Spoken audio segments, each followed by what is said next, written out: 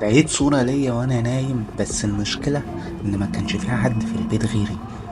انا مش متعود اشارك القصص اللي بتحصل لي، بس اللي حصل ده خرج عن اي منطق. الليلة اللي حصل فيها الكلام دوت كان يوم عادي، مفيش اي صوت في الشقة، وكنت قاعد لوحدي وكانت مراتي عند امها.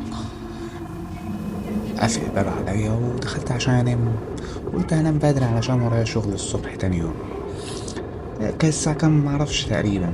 المهم فجأة سمعت صوت إشعار من الموبايل، إن جالي رسالة على الموبايل من رقمي على الواتساب، صورة ليا. فتحت الموبايل لقيت الصورة. الصورة جديدة ولسه مبعوتهالي. قلت يمكن غلطة أو صورة قديمة علشان ببعت حاجات لنفسي علشان أفتكرها. بس لما فتحت الصورة قلبي وقع في رجلي. الصورة كانت ليا وأنا نايم دلوقتي على السرير، كأن حد مصورني من فوق السرير. استغربت واتخضيت.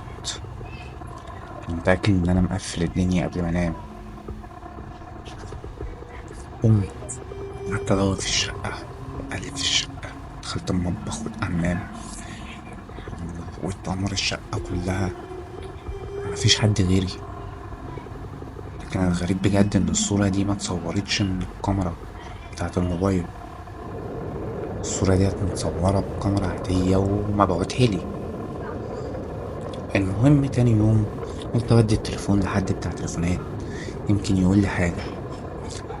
الراجل بتاع الموبايلات قال لي جملة عمري ما هنساها أبدا: الموبايل بتاعك كان أوفلاين في الوقت بتاع الصورة، يعني مستحيل حد يكون صورها من جهازك.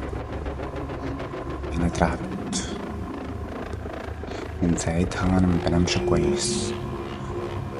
كل ليلة قبل ما أنام أبص للسقف وأقول لو في حد فوق يصورني المرة دي كمان.